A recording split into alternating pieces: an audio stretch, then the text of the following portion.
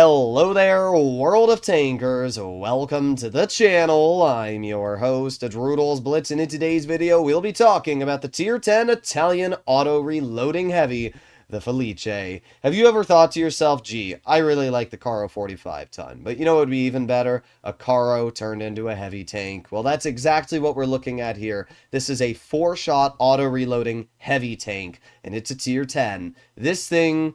Well, at its current statistics, probably needs a massive nerf, but you'll see in exactly why I have these thought processes. But what I will say is that right now it's in testing. It hasn't even been put into the game yet, so it might be nerfed, hopefully is. But with that being said, let's take a look at the Felice. Let's start off with the armor profile. This is a heavy tank, remember? So its upper plate is about 320 thick. So against heat shells, it's about 360. And if we run enhanced armor, it's about 380.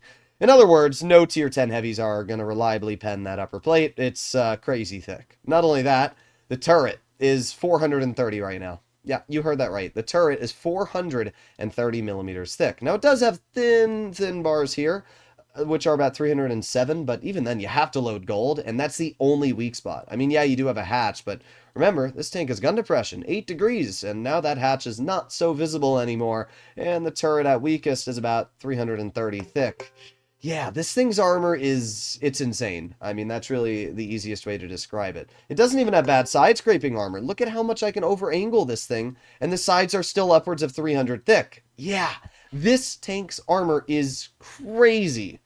And that's just the beginning. Then we talk about the gun. Now we're going to be putting on calibrated shells, enhanced gun length drive, refined gun, and we'll stick with extra armor. It's got a lot of health, by the way. 2,650 with its current state. If we run extra HP, 2,756. We're going to put on mobility, and there you go. The vehicle is now fully equipped. So we're looking at around 2,350 effective DPM. It's not great, but it's not the worst, right? There's plenty of vehicles that have less DPM, so that's not terrible. I want you to read its clipping potential, guys.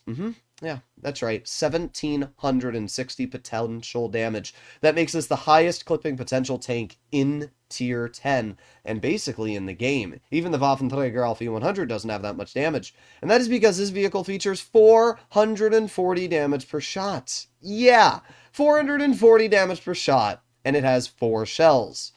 It also has a 4-second interclip, so it is going to take a while. If you wanted to deal every single shell's worth of damage, it would take you upwards of 12 seconds. But still, that's 1,760 damage. That's crazy. So shell 4 is going to give you the most effective DPM at 7.25 seconds of reload, plus the 4-second interclip, so around 11.25 seconds. Shell 3, 9 seconds, shell 2, 10 seconds, and then we can clearly see that this shell acts like a reserve shell at 17 seconds. But even shell 2, you're starting to eat into your DPM there by quite a bit. That's going to be 11 seconds plus 4, so that's going to be almost 15 seconds. There's really not much of a difference between shell 2 and shell 1. And even shell 3 is not great. So in general, your DPM is going to really hemorrhage once you start eating into shell 2, 3, any of those shells. You're not going to have good DPM on this vehicle. But again, you have literally insane levels of armor paired with a gun that has crazy alpha damage and one of the most dangerous clipping potentials I've ever seen. Penetration-wise, the standard is fine, and if we load gold, it's really good, 358, so you're not going to have to worry too much about cutting through enemy armor. Its high explosive, by the way, does 550 damage, meaning that you can deal a potential of 2,200 damage with an HE clip. Yeah, let's just say if you're in a lightly armored vehicle like a Rheinmetall Panzerwagen, stay away from this vehicle when it's in testing or when it does eventually get released because it's going to be really scary. Now, how about the gun? What values do we have going for it? Well, it does not have great aiming time. It does not have great dispersion. It does not have great on-movement dispersion.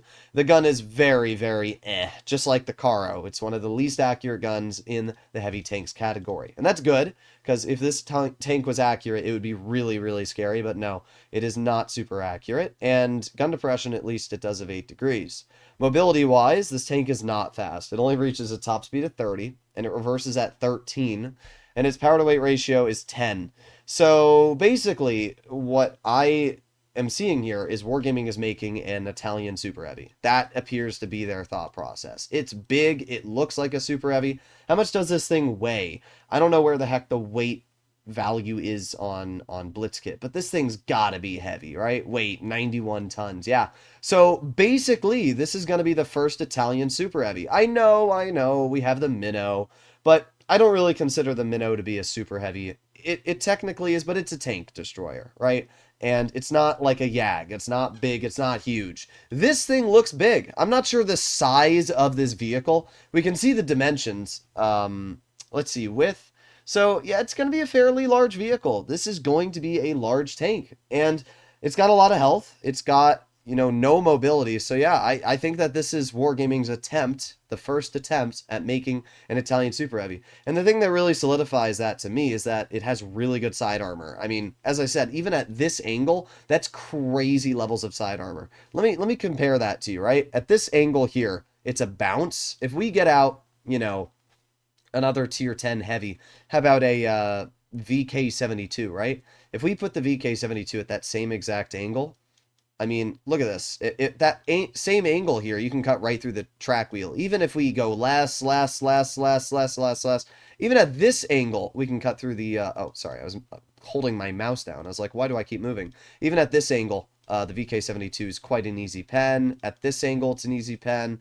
Like, you can clearly see that the VK72's armor as a super heavy is much less effective than the armor the Felice has at this angle. So yeah, the Felice is going to have crazy good armor, and I think that this is going to be a really scary tank.